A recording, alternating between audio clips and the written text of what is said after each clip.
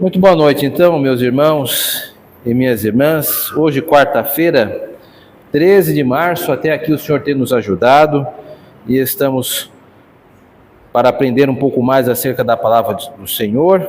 Neste estudo de quarta-feira, o tema ainda é disciplina, mas o texto que eu trouxe hoje para vocês é do livro Disciplina Eclesiástica da Cultura Cristã, e eu trouxe quase que na íntegra todo o capítulo que escreveu o presbítero Solano Portela. Solano Portela é atualmente professor do JMC e ele fez uma publicação de um artigo muito interessante. A escrita dele é bastante acessível, nós vamos ver isso. O texto também, ele se destaca porque ele vai tratar da disciplina não no seu ato, né? Nós trabalhamos com a disciplina no seu ato de disciplinar, falamos sobre falta, falamos sobre como a disciplina acontece na igreja. Agora aqui ele vai tratar um pouco mais da atmosfera que precisa estar na igreja quando a gente discute assuntos e como controlar os nossos ânimos, falsas expectativas que temos em relação da igreja. Tem muita gente que vai embora da igreja porque fala, eu vou embora, aqui briga muito, as pessoas são falsas, e etc, etc. Ele vai tratar sobre isso, que muitos têm uma visão idealizada da igreja. A Bíblia nunca escondeu que na igreja existem pessoas imperfeitas, pessoas pecadoras, pessoas que estão sendo trabalhadas. Então não é argumento válido ir embora porque nós somos pecadores, né? Todo mundo é pecador, ainda mais quem aponta para a gente dizendo que nós somos, né? Então é um texto muito agradável, nós vamos tentar ler a maior parte dele, e à medida que for avançando, a gente vamos fazer alguns acréscimos, tá? Então, vamos ler o texto do presbítero Solano Portela. Vamos lá.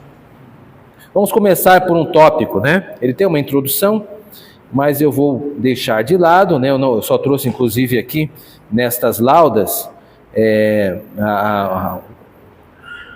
a grande parte do conteúdo dele, né? Exceto a introdução. Controvérsias existem e o consenso e a opinião de muitos é necessária para resolvê-las. Então ele vai agora expor o capítulo 15 de Atos dos Apóstolos. Então eu gostaria que vocês também tivessem ele aberto na sua Bíblia. Nós vamos recorrer pouco, mas à medida que ele for citando, se você também quiser conferir na sua Bíblia, ele é muito gentil e trouxe para o corpo do seu texto os próprios textos transcritos. Mas tem uma porção que eu não coloquei para a gente ganhar espaço nesta folha que temos, e aí eu vou parar e vou ler, tá? Então é Atos capítulo 15, né? Ele estará expondo Atos do capítulo 15. Só mais uma advertência textual. O texto que nós temos, irmãos, é um texto mais indutivo do que dedutivo.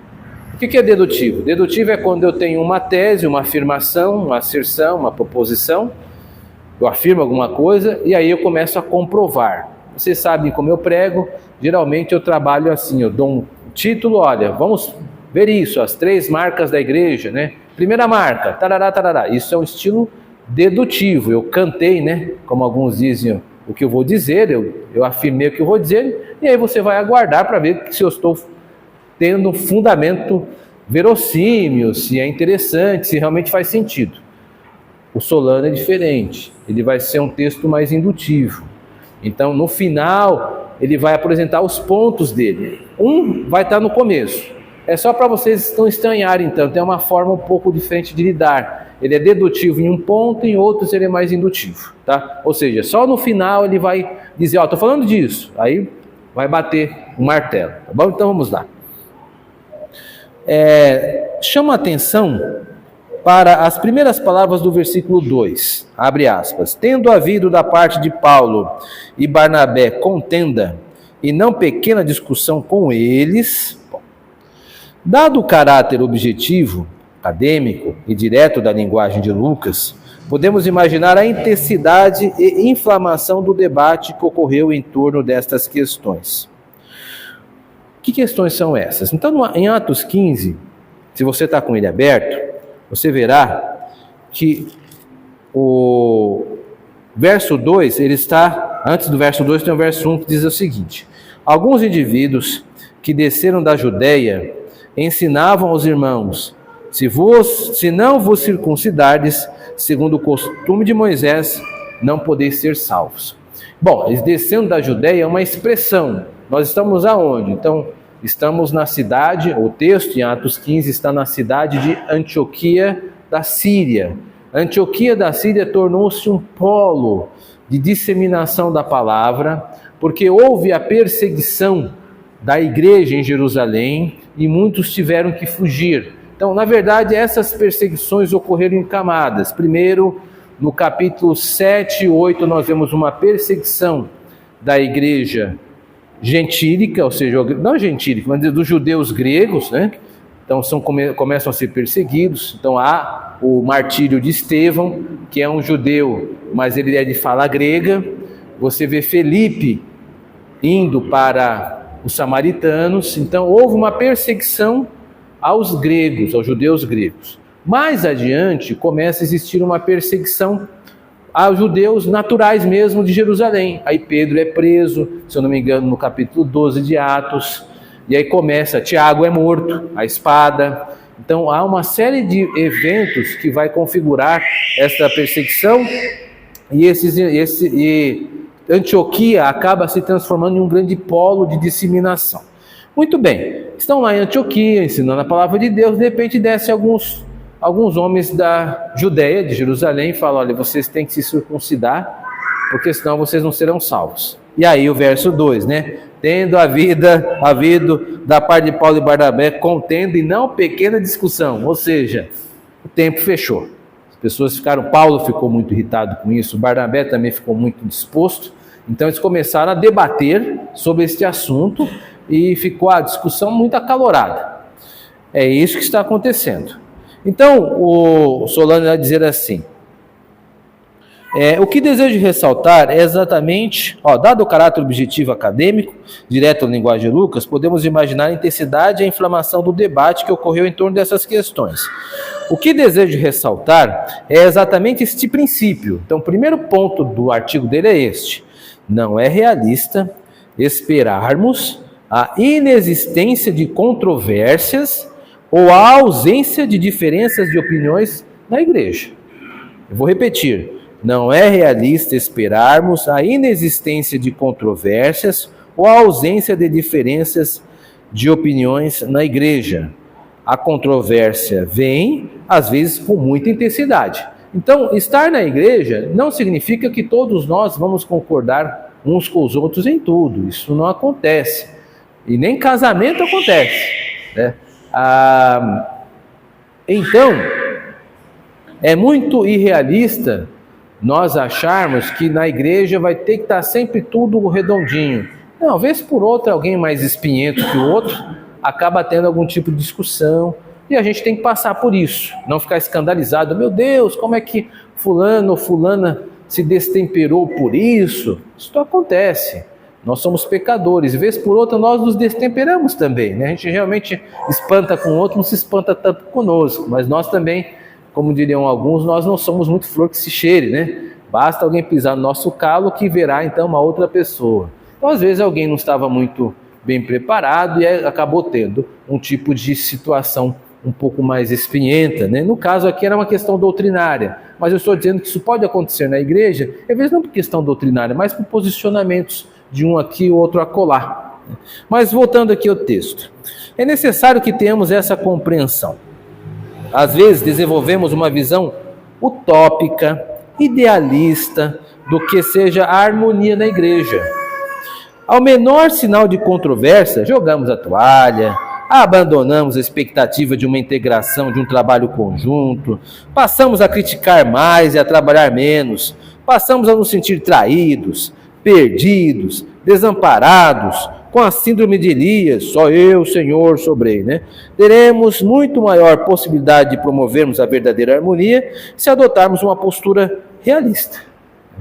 Se esperarmos primeiro a controvérsia, se nos prepararmos para ela, se abordarmos as questões de forma adequada, se não jogarmos todas as esperanças numa harmonia pré-existente que pode ser falsa, mas se, pelo contrário, nos engajarmos na promoção de uma harmonia gerada pelo Espírito, que se processa ao redor da verdade. Então aqui é aquilo que nós comentamos no começo, não há por que ter espanto, e é uma visão utópica, idealista, achar que a igreja não vai ter problemas. Lê do engano, a igreja, como qualquer ajuntamento de pecadores, em algum momento terá algum tipo de pontual, né, de atrito, de controvérsia, de posicionamento enviesado.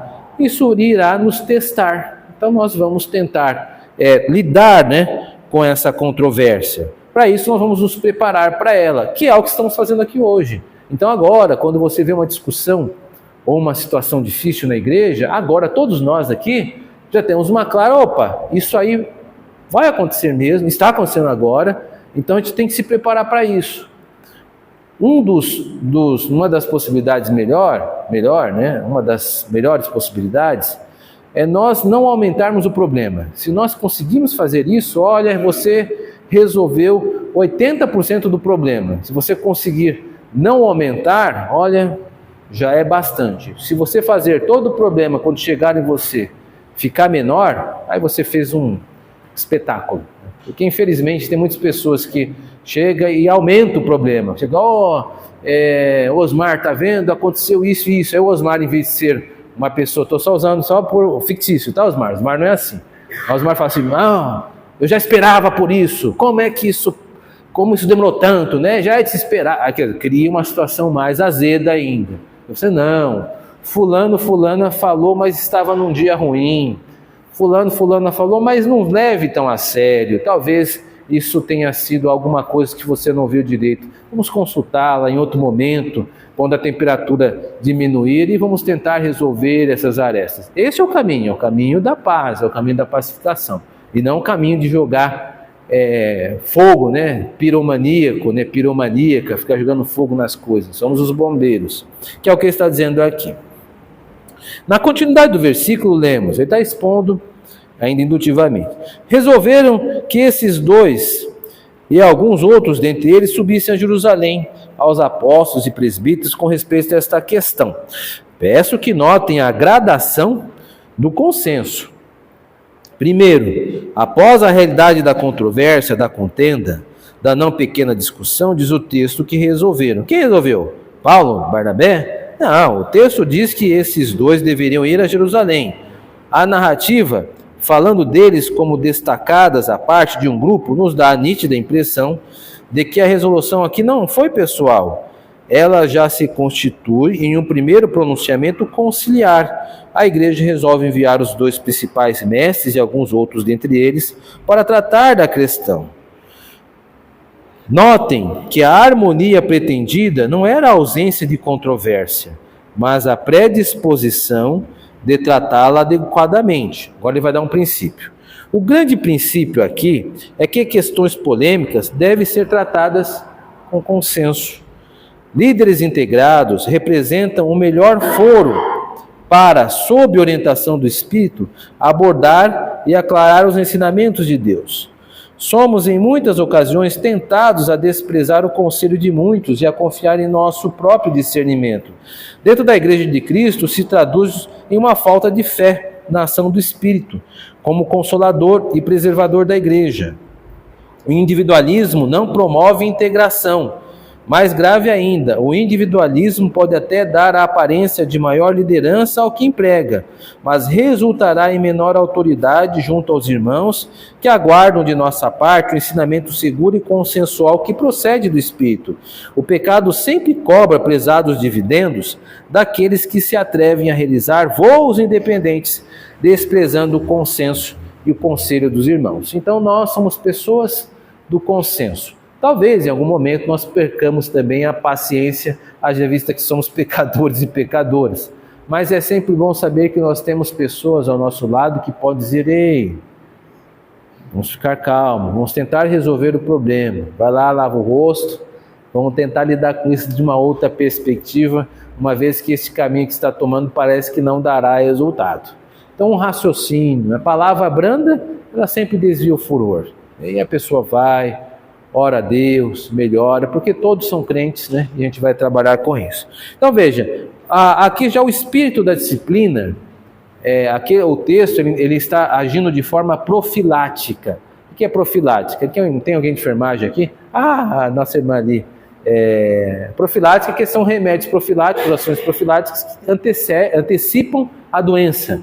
Então, se eu sei que eu vou ficar doente, por exemplo, se está muito frio, eu vou pegar e vou usar mais agasalhos, né? A fim de que eu não venha a pegar um resfriado. Estou agindo de forma profilática, estou agindo de uma maneira a antecipar algum tipo de prejuízo. O texto aqui, ele está agindo de forma profilática em relação à disciplina. Antes que a gente discipline a pessoa, nós precisamos tratar ou trazer uma atmosfera de consenso, uma atmosfera suasória, né? Vamos baixar a temperatura para poder resolver. Se esse expediente não for utilizado, aí vai trazer dificuldades futuras. Vamos continuar o próximo tópico. A ênfase na fé comum gera um ambiente favorável e hospitaleiro para o tratamento das controvérsias. O nosso segundo ponto, veja, o primeiro foi lá e ele nem cantou muito, então está sendo indutivo, que é a ideia do princípio aqui, né, que questões polêmicas devem ser tratadas com consenso, que ele adiantou um pouquinho de ser utópico esperarmos que não haja controvérsia na igreja. Então eu continuo. O nosso segundo ponto ancora o contexto da controvérsia na fé comum, que deve existir no seio da igreja. A continuidade do relato nos mostra que a determinação dos irmãos era intensa. Fizeram uma longa e penosa viagem. Lemos aí, enviados, pois, e até certo ponto acompanhados pela igreja, atravessaram as províncias da Fenícia e Samaria. É interessante que o consenso ainda se revela na expressão, até certo ponto acompanhados pela igreja. Certamente foram sempre, e não até certo ponto, acompanhados em oração. O texto fala de um acompanhamento físico mesmo, ou seja, uma demonstração maior de apoio durante uma certa porção da jornada. Mas é para a segunda parte do verso que quero chamar a atenção, pois a harmonia objetivada tem grande dependência das coisas que são comunicadas. Diz o texto que eles, narrando a conversão dos gentios, causaram grande alegria a todos os irmãos. Notem como a abordagem se processou. Eles estavam ali para tratar de uma séria controvérsia. Eles tinham uma disputa e um problema. Pior ainda, o problema era com pessoas saídas da Judéia. Como diz o verso 1. Deveriam chegar de cara feia? Ou será que não deveriam, sem perda de tempo, tratar logo da questão e resolvê-la de uma vez por todas? Não nos esqueçamos que temos aqui os atos do Espírito Santo na solidificação de sua igreja. Procuremos aprender do que ocorreu nessa ocasião. A primeira coisa que fizeram foi narrar a conversão de almas, a conversão de gentios. Isso era motivo de regozijo. O resultado dessas narrativas foi a ocorrência de uma grande alegria entre os irmãos. O princípio que aprendemos parece ser a concentração nos pontos essenciais e nas bênçãos comuns de Deus gera alegria. E essa alegria é um solo fértil para a harmonia. Olha só que interessante. Então, ele está dizendo que existia um problemão para resolver.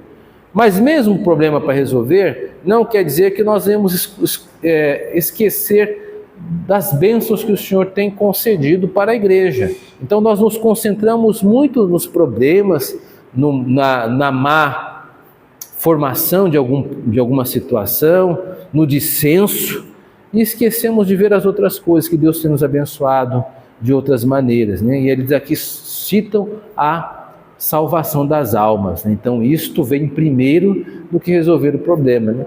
Essa deve ser nosso treino, né? Então quando alguém trouxer um problema para a gente, nós temos que tentar uma abordagem um pouco menos negativa.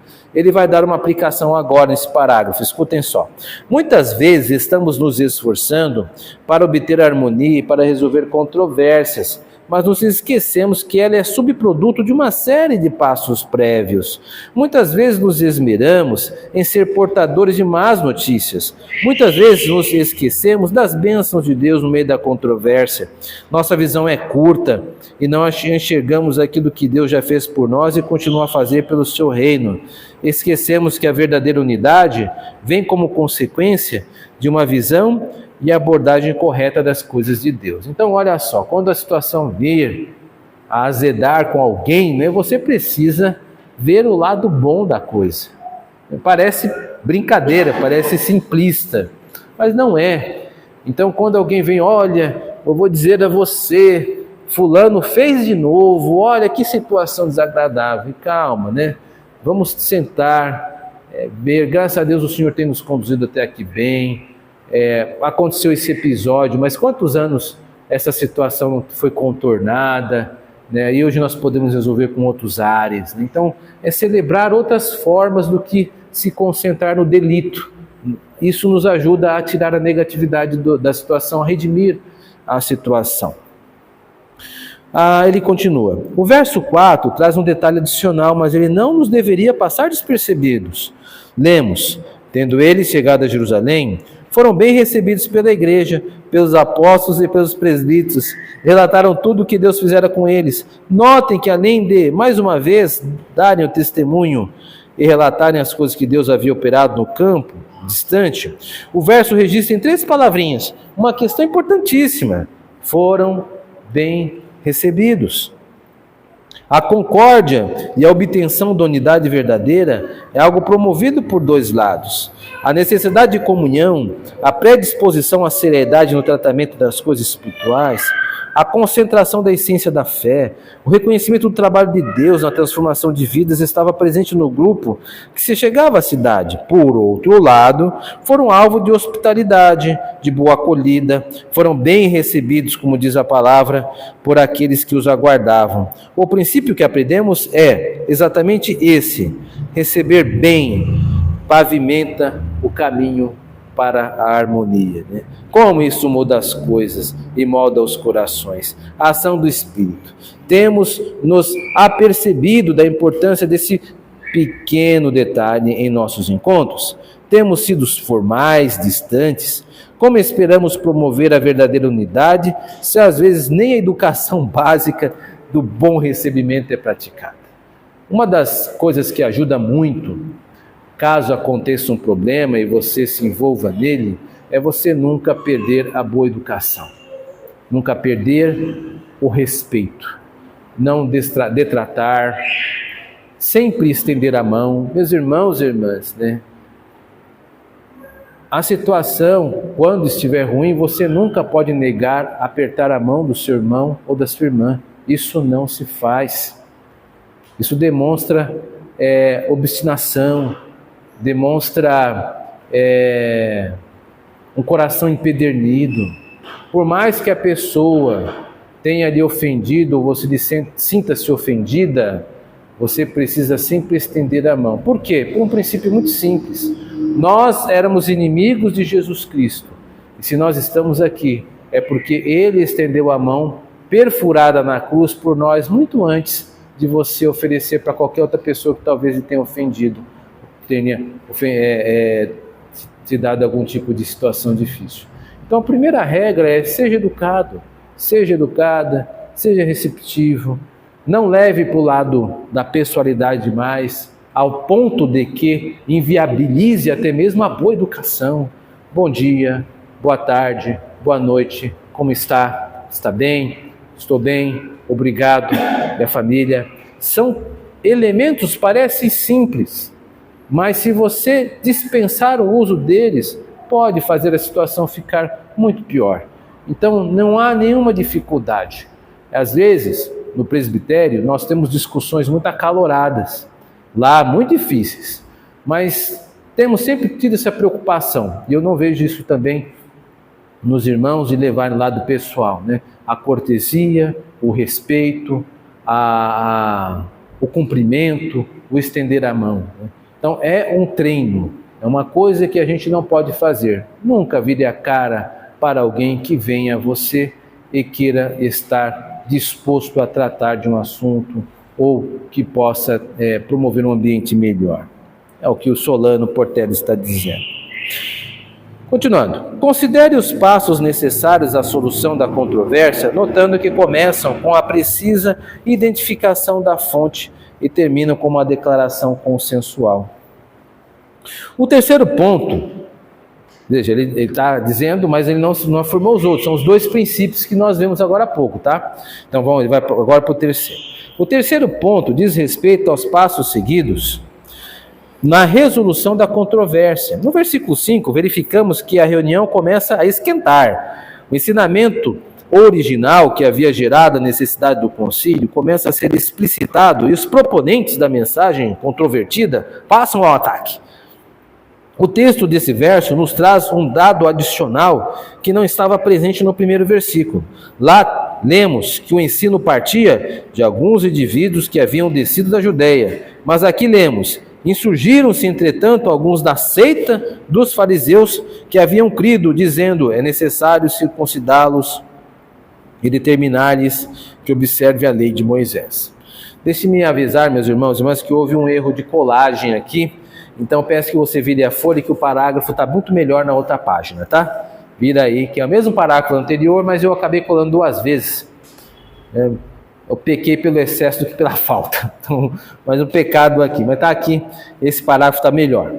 Voltando lá. Gostaria de chamar a atenção para a qualificação desses escritos como sendo da seita dos fariseus.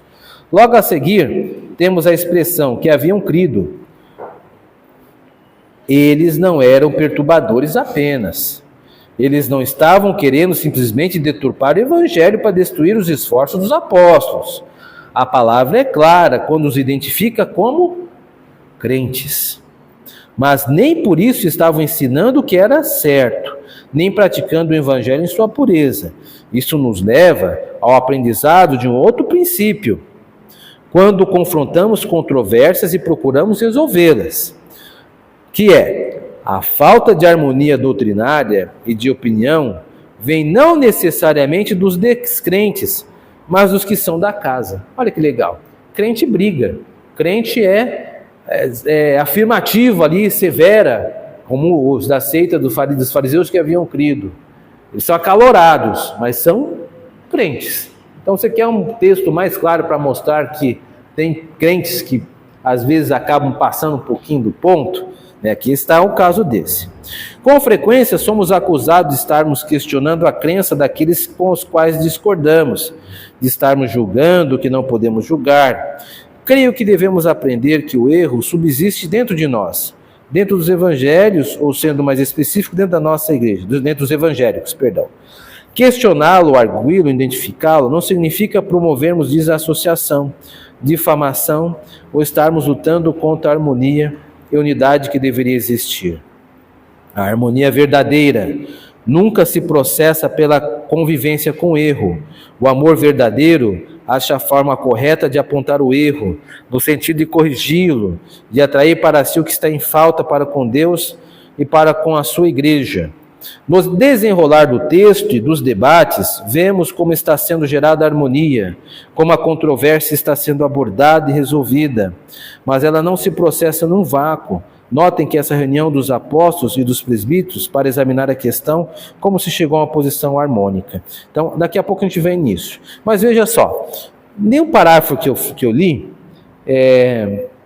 anterior está dizendo que a harmonia verdadeira nunca se processa pela convivência com o erro, mas o amor verdadeiro acha a forma correta de apontar o erro.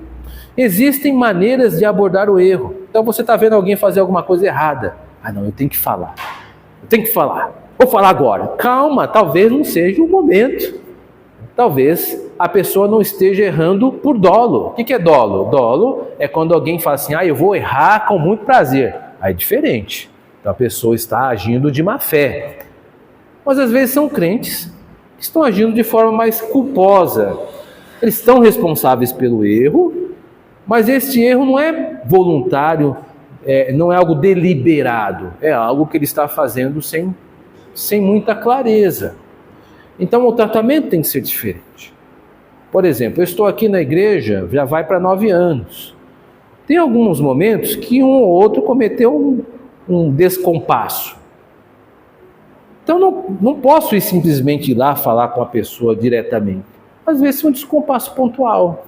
Então a gente observa, a pessoa às vezes se acerta sozinho e não precisa muito. Ou às vezes de uma outra conversa de um mês depois, olha, fulana, tal dia aconteceu isso, acho que você não se apercebeu. E a pessoa geralmente fala, olha mesmo, eu fiz, me perdoe. Quantas vezes, meus irmãos? Muitas pessoas reagem com humildade, são crentes.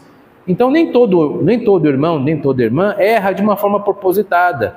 Eu vou fazer isso exatamente contra a Maria das Graças. Às vezes a pessoa fez algo sem querer. Depois que ela percebeu que ela foi rude, depois que ela percebeu que ela foi grosseira, depois ela percebeu que ela foi severa demais em algum momento. E mais para frente, se a gente aguardar, a pessoa pode chegar no seu equilíbrio e você tem um caminho mais fácil para chegar. Então nem todo erro requer prontidão de reparo imediato. Precisa-se ter sabedoria. Alguns erros podem ser tratados de uma forma um pouco mais paulatina, um pouco mais tranquila, um pouco mais de pacificação.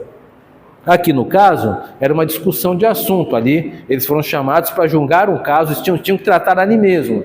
Mas mesmo assim, há muita clareza de que eram crentes, que estavam brigando. Não era um chamando de incrédulo, ninguém colocou a fé do outro em dúvida. Eram crentes brigando com crentes. Isso acontece. Mais do que a gente gostaria, mas acontece. Então vamos ver aqui algumas dicas que ele vai dar para a gente. Vou dar 5 dicas, né? Sobre o debate, né? Sobre algumas coisas que podemos tirar do debate. Primeiro, o grande debate, né? No versículo 7 diz assim: havendo grande debate, Pedro tomou a palavra e lhes disse: irmãos, vós sabeis que desde há muito Deus me escolheu dentre vós para que por meu intermédio ouvisse os gentios a palavra do evangelho e crescem. E dá andamento então à sua exposição. Essa exposição, eu também copiei 2 vezes essa parte aqui, me perdoe. Está do verso 8 a 12. Então em Atos 8 a 12... ora, Deus que conhece os corações e Deus testemunho, concedendo o Espírito Santo a eles, como também a nós nos concedera. E não estabeleceu distinção alguma entre nós e eles, purificando-lhes pela fé o coração. Agora, pois, por que tentais a Deus, pondo sobre a serviço dos discípulos um jugo que nem nossos pais puderam suportar, nem nós? Mas cremos que fomos salvos pela graça do Senhor Jesus, como também aqueles o foram. E toda a multidão silenciou, passando a ouvir Barnabé e Paulo, que contavam quantos sinais e prodígios Deus fizera por meio deles entre os gentios. Bom, o que faz Tiago então? Vai às Escrituras, como os bereanos, para mostrar que as coisas eram realmente como estavam sendo expostas. E aí ele cita Amós 9, 11 a 12, não vou ler, mas está ali no texto, depois consulte. Vemos que aquele concílio não era apenas uma reunião de opiniões pessoais, uma vitrine para a vaidade dos participantes. O debate em si poderia não resultar em nada, mas a âncora das Escrituras era o ponto comum e a aferição a todos. Não podemos pensar na resolução de controvérsias dentro da igreja se esquecermos das Escrituras como nosso ponto de partida e chegada. O que está dizendo que a Bíblia foi a referência para Pedro, a Bíblia foi a referência para Tiago, né? Então a Bíblia tem que ser a referência para as nossas discussões, para os nossos problemas. Temos que buscar nas Escrituras como poder solucionar. E às vezes isso não será muito fácil, mas nós tendo o Espírito Santo como temos, Deus há de nos guiar em todo bom caminho. Terceiro, em pleno acordo. No verso 25 diz: pareceu-nos bem chegados a pleno acordo eleger alguns homens e enviá-los a vós outros, com os nossos armados Barnabé e Paulo. O pleno acordo é possível e deve ser alvo de nossas orações. Vou repetir, o pleno acordo é possível e deve ser alvo de nossas orações. Não devemos cair na pressa de uma visão meramente humana e pessimista.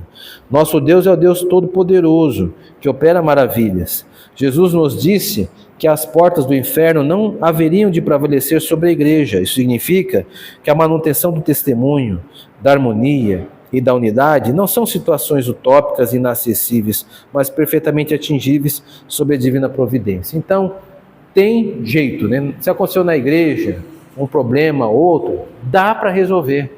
Não pode colocar a mão na cabeça, acabou, já foi. Não, dá para resolver. Temos que agir com fé. Aconteceu esse problema? Aconteceu. Vamos resolver. Deus vai nos dar graça. Então essa é a primeira ação. E não a negatividade, né, que ele está dizendo. Quarto, com dedicação e sacrifício. Assim lemos no verso 26 que Paulo e Silas eram homens que têm exposto a vida pelo nome do nosso Senhor Jesus Cristo. Se realmente desejamos resolver controvérsias e promover harmonia, temos que ter a dedicação necessária e estarmos dispostos a fazer os sacrifícios que Deus venha requerer em nossas vidas. Ou seja, vamos ter que trabalhar pelo consenso. Quinto, com base nos interesses pelas ovelhas, estamos acabando, tá? O versículo 24 diz, visto... Opa, é isso mesmo? Acho que eu cometi um erro aqui.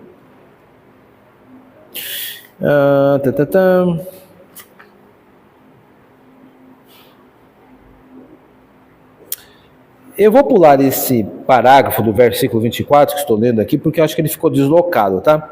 E vou para a conclusão, porque ele está dizendo sobre o interesse das almas transtornadas, que eram o principal interesse deles. Mas eu acho que eu cometi um erro de edição. Vamos para a conclusão. A aplicação imediata e permanente de 20 e 28 e 29.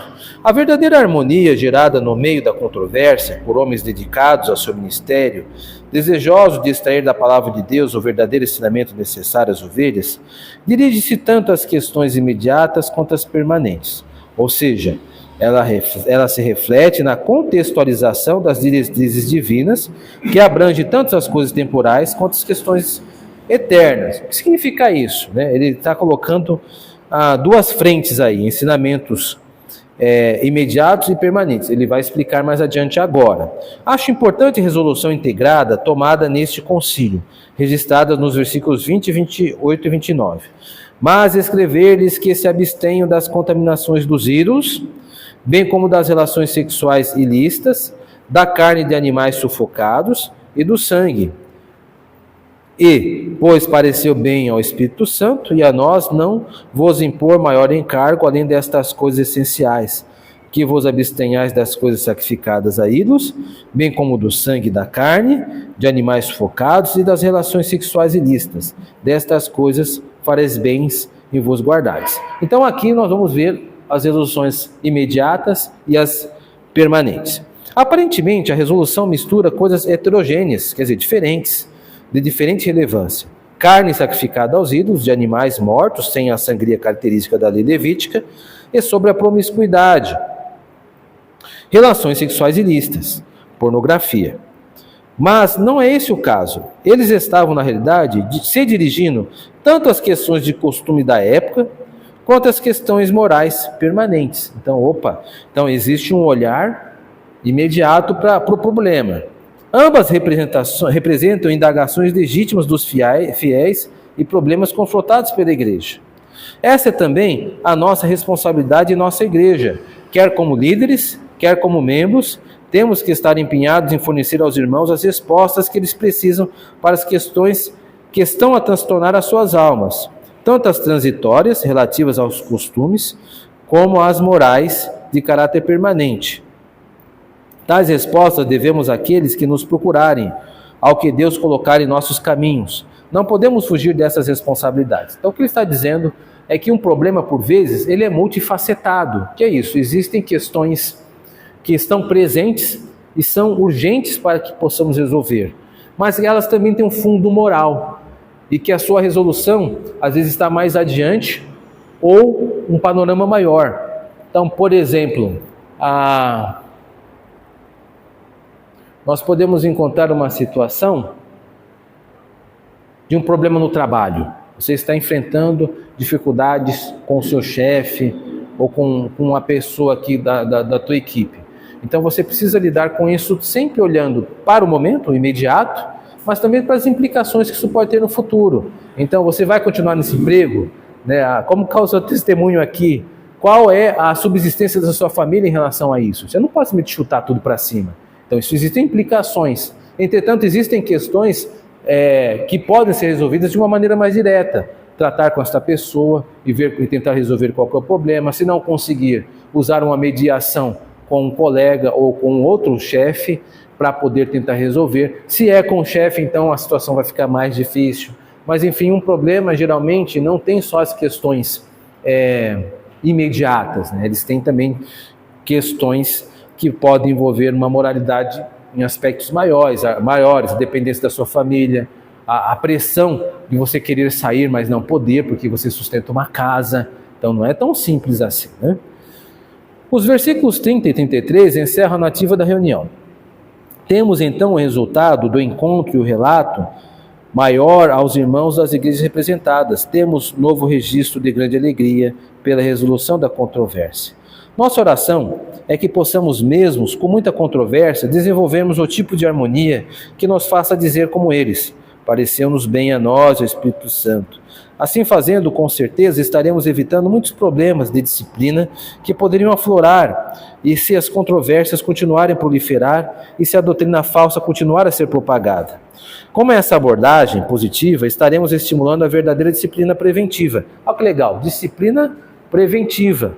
É um termo interessante e novo. Vamos ver o que significa isso nesse último parágrafo, pelos seus pedidos de oração. Bom, oremos também para que sejamos consoladores, como Judas e Silas o foram. Consolar alguém é importante. Que estejamos abertos a ouvir os dois lados. Às vezes nós ouvimos apenas um, né? E até reconsiderar a nossa posição com humildade à luz das Escrituras, seguindo o exemplo de Tiago. Talvez não estejamos tão certos quanto imaginemos que estamos. Que estejamos dispostos a nos sacrificar, como Barnabé e Paulo fizeram, né? Atravessar distâncias para resolver o problema. Que tenhamos intenso amor pelos irmãos como esses, que se reuniram nesse concílio, vieram a demonstrar. Sobretudo, que aprendamos com a forma pela qual essa controvérsia foi tratada. E aí vários itens. Devemos notar a seriedade e consagração dos líderes envolvidos, o respeito um para com os outros, a ausência de sarcasmo, ironia nas palavras registradas. Que Deus nos auxilie a termos essa postura e testemunho para a sua glória. Então, dissensos, meus irmãos e irmãs, na igreja sempre existe em várias camadas. Existem entre lideranças, existem entre membros, existem entre famílias na igreja. Isso invariavelmente irá ocorrer, por um simples motivo que nós somos pecadores e pecadoras. A questão é que quando chegar a nós, é tentarmos diminuir a temperatura, ouvir os dois lados, talvez antecipar a situação, procurar mediar, né? O que é a mediação? A mediação é quando eu me coloco para tentar resolver uma situação, isso é mediar. A arbitragem é quando há poderes e sanções que podem ser aplicadas em uma das partes, caso ela não se volte, é uma situação um pouco mais dura. Mas enquanto for possível, precisamos usar as mediações, esgotar as possibilidades suasórias, a fim de evitar que os problemas ocorram. Os problemas só ocorrem quando nós achamos que não tem mais jeito. Não, sempre tem, talvez não tenha hoje. Vamos dormir, descansar, ter uma boa noite de sono, quem sabe amanhã a gente tenha novas ideias para a gente poder resolver. Então, às vezes, o problema está insolúvel naquele momento, mas depois que investimos mais algumas horas, mais alguns dias, mais oração, a coisa talvez não fique um pouco mais palatável, mais fácil de lidar. Né? Que Deus nos ajude e que possamos então usar e aprender algo com essa disciplina preventiva. Amém.